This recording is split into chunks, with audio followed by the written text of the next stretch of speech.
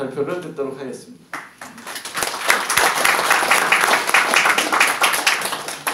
감사합니다. 조금 전에 김태훈 변호사님께서 우리 국민은 어떻게 우리 민족성 굉장히 앞세우면서 북한에서 300만 명이 굶어 죽어도 북한 인권 얘기를 안 하려고 하고, 탈북 여성들이 그토록 고난과 고통을 당해도 북한 인권 얘기를 국가도 국민도 안 할 수가 있느냐, 이렇게 피를 토하는 심정으로 말씀을 하셨는데요. 저는 대단히 죄송한 말씀이지만 현재 우리 대한민국 국민은 선천적 자유결핍증 환자들이다, 저는 그렇게 생각합니다. 자유 그러면 영어로 프리덤도 있고 리버티도 있죠. 그러나 프리덤의 의미와 리버티의 의미가 완전히 다릅니다. 프리덤은 생내적, 태어날 때부터 천부적, 하늘로부터 받은, 그러니까 누구한테 양도할 수도 없고 누구한테 찢어줄 수도 없는 그런 권리를 태어날 때부터 하늘로부터 가지고 태어난 권리, 그거를 말할 때 프리덤이라고 합니다. 이거는 부모가 주는 것이 아니고요.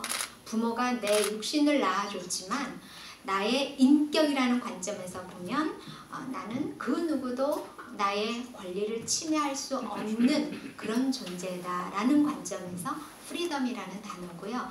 리버티는 거기에 지혜와 용기와 정의와 절제가 가미될 때, 그게 리버티입니다.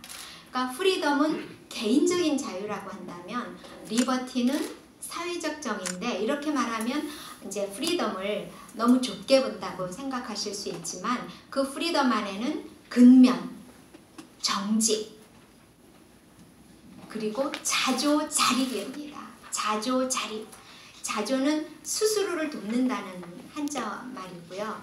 자립은 그러므로 해서 혼자 설 수 있어야 됩니다. 그 자립은 경제적 자립도 포함이 되지만 정신적 자립이 전제가 되어 있는 것입니다. 그래서 근면, 자조, 자립, 그리고 자신의 행동에 책임을 져야 되는 것이 프리덤이라고 한다면, 자, 좀 듣기 거북하고 인정하고 싶지 않지만 우리 자신을 돌아보면 과연 우리 국민이 프리덤을 지금 향유하고 있는가? 리버티는커녕 프리덤이 안 됩니다. 프리덤을 뛰어넘어서 리버티, 절제하고 용기가 있어야 돼요. 리버티는 용기, 그리고 그 용기는 무엇을 위한 용기냐? 정의를 실현하기 위한 것이 용기입니다. 그렇게 해서 그 다음이 프랑스 혁명에서 나왔던 박의 정신, charity, 그 박의 정신은 형제입니다. 형제를 널리 퍼뜨리는 것. 그래서 나오는 것이 리베라시옹입니다. 리베라시옹. 리베라시옹은 리버티에서 나오죠. 그리고 리버티는 불어로 하면 리브로 살아야 되는 사회적 구속성. 사회적 구속성의 인간이 리버티를 향유할 수 있고, 그 리버티는 타인을 해방시켜서 같은 자유를 향유할 수 있어야 이게 자유민주주의가 되는 겁니다.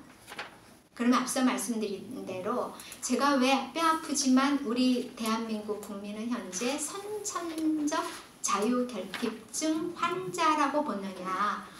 이게 굉장히 좀 도전적인 얘기지만 우리를 정직하게, 정말 솔직하게 뼈아프게 돌아보지 않으면 오늘 이 자리에 모이신, 비전을 갖고자 모이신 여러분들과 우리 모두가 제대로 된 비전을 갖기 힘들지 않겠느냐 하는 말씀에서 드리는 겁니다. 아까 김주성 총장님께서 자유민주주의 말씀을 해주셨고, 또 우리 김진현 이사장님께서도 해주셨는데, 자유민주주의는요, 많은 사람들이 자유주의 플러스 민주주의라고 생각을 하지만 자유민주주의의 목적은 자유입니다. 우리는 어순이 형용사가 앞에 오죠. 그 접두사가 붙으면 뒤에 있는 단어가 본질이고 목적이지요. 아닙니다. 자유민주주의는 자유가 목적이고 본질이고요. 민주주의는 수단과 방법입니다. 민주주의는 고대 그리스 로마 시절을 거쳐서 2000년 이상 발전을 해온 개념이고요. 자유주의라고 하는 것은 근대 입헌주의, 근대 시민혁명을 기점으로 해서 자유주의가 꽃을 피우게 됩니다. 그러니까 민주주의의 역사는 자유주의의 10배가 넘습니다. 그죠? 250년과 2000년이니까요. 그러면 자유민주주의에서 왜 자유가 목적이냐 하면 민주주의는요. 의사결정 방식이 다수결로 진행되는 것을 민주주의라고 합니다. 예외적인 것은 인민민주주의죠. 인민민주주의는 100% 전원일치여야 합니다. 불가능하기 때문에 그냥 이렇게 손도 들지 않고 빨간 표를 이렇게 보이고 그게 몇 명이 빨간 표를 보였는지는 앞에서만 볼 수 있고 그냥 박수로 지나가죠. 전원일치. 그래서 권력 분립도 인정하지 않습니다. 인민민주주의는. 그래서 인민민주주의는 앞에 인민이라는 것이 중요하고 민주주의라는 그 속성은 사실은 사이비로 그냥 넘겨버린 거예요. 그래서 자유민주주의에서 민주주의는 가치 중립적입니다. 민주주의에는 가치가 없어요. 수단과 방법을 결정하는 것이고요. 가치 구속적이고 가치 체계적인 것은 자유주의입니다.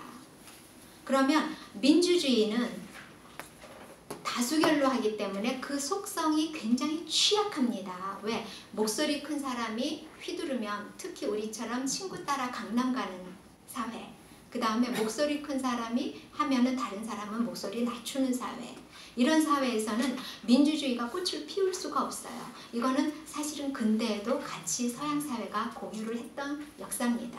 그래서 수기민주주의, 시민민주주의, 심히 깊이 논의한다. 이런 것들이 들어가게 된 것이고요.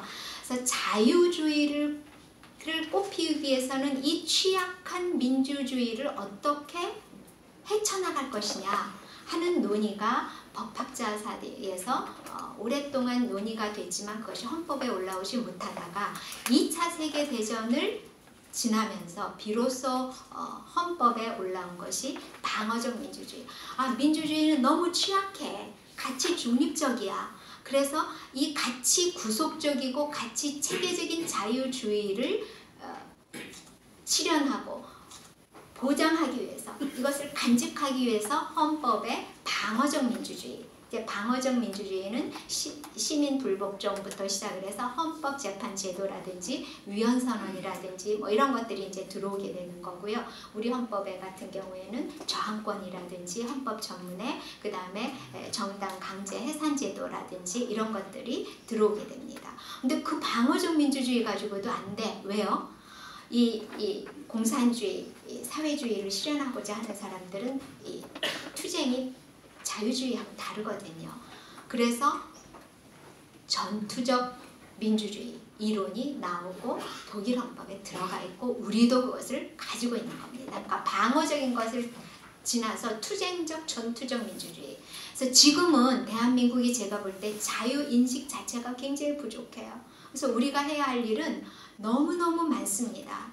그런데 우리 아까 말씀드린 대로 우리 70년이라고 하는 아주 짧은 시기 안에 민주화와 산업화를 이루다가 보니까 사실은 막 달려온 거죠. 막 달려오면서 길에서 지금 넘어지고 그 상처 입어서 지금 일어나는 시간이 많이 걸리는데, 그것을 아까 우리 김진현 이사장님은 희망의 고통이라고 그러셨는데 저는 성장통이라고 생각합니다. 이것을 못하게 하는 또 하나의 우리 대한민국이 가지고 있는 역사적, 정신적 원인이 있다고 생각합니다. 정신적 원인은 농경사회. 이 같은 농경사회여도요, 밀농사를 짓는 민족하고 쌀농사를 짓는 민족은요, 사회 공동체의 정신 구조가 다릅니다. 밀농사는 1년에도 몇 번씩 지을 수 있기 때문에 공동체적 결속력이 그렇게 강하지 않습니다. 쌀농사는 한 번에 지어야 돼요. 그럼 물을 대야 돼요. 우기를 이용하기도 해야지만 극복하기도 해야 돼요. 그래서 이게 굉장히 집단주의적인 성격을 가지고 있어요. 그래서 우리는 기본적으로 자유라는 단어를 방종, 이기주의, 개인주의 이런 것, 그러니까 개인주의에 대한 인식이 없어요. 아까 말씀드렸던 자조자립하려면 개인 의식이 있어야 되는데 그거를 터부시하는 문화입니다. 거기에 플러스 조선시대의 국교를, 그러니까 국가 이념, 국가 지도 이념을 유교화하면서 가부장제적, 그 다음에 충효사상 이런 것들이 되면서 자유주의, 그러니까 개인이 자신의 의지대로 결정하고 행동하고 책임질 수 있는 그런 토대가 사실은 마련되지 않았었다라고 하는 거죠. 그래서 자유민주주의를 지키려면 지금 시간이 이제 벌써 10분이 다 된 것 같아요. 제 그 토론문이 조금 깁니다. 이거 한번 나중에 읽어주시고요. 지금은 이렇게 우리가 깨우친 이 자리에 계신 여러분들, 그 다음에 보수 운동을 하셨던 분들, 자, 보수라는 단어를 우리가 지금 왜 이렇게 왜 블레임하고 쉐임하는 단어로 되었나? 사실은 그 굉장히 잘못된 겁니다. 노동당, 보수당, 민주주의, 전 세계 민주주의의 산실이었던 영국의 경우를 보면은요, 당이 노동당입니다. 노동당은 기본적으로 노동자들, 농민도 아니에요. 왜? 영국은 농사라는 것이 그렇게 척박했고 농민의 수가 그렇게 많지 않았거든요. 노동자의 이익을 위해서 만들어진 결사체가 노동당이고요.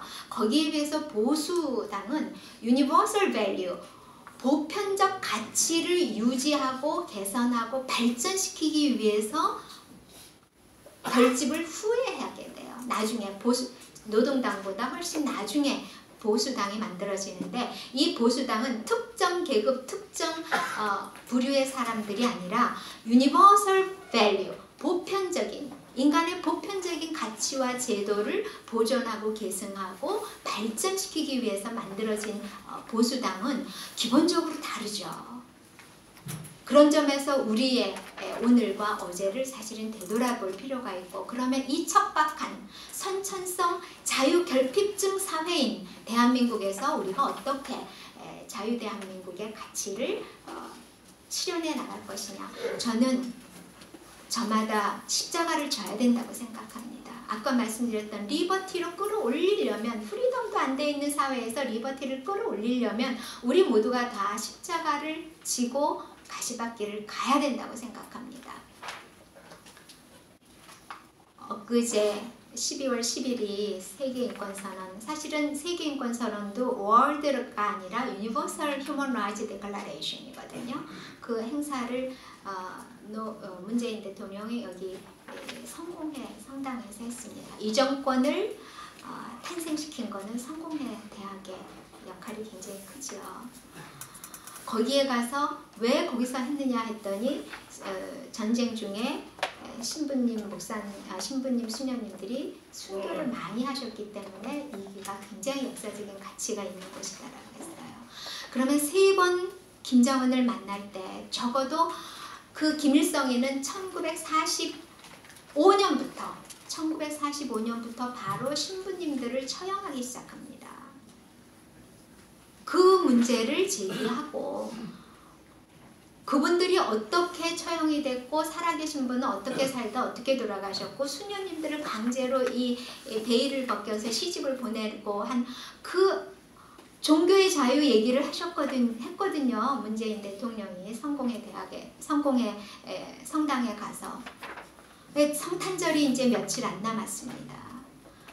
그럼에도 불구하고 이 나라의 신부님, 목사님, 수녀님들이 과연 자유주의적, 종교의 자유에 대한 인식이 있느냐 하는 것도 다시 한번 생각을 해봤으면 좋겠고요. 오늘부터 우리는 이제는 더 이상 안에서 목소리를 내는 것이 아니라 밖으로 나가서 순교한다는 자세로 나가지 않으면 이 땅의 미래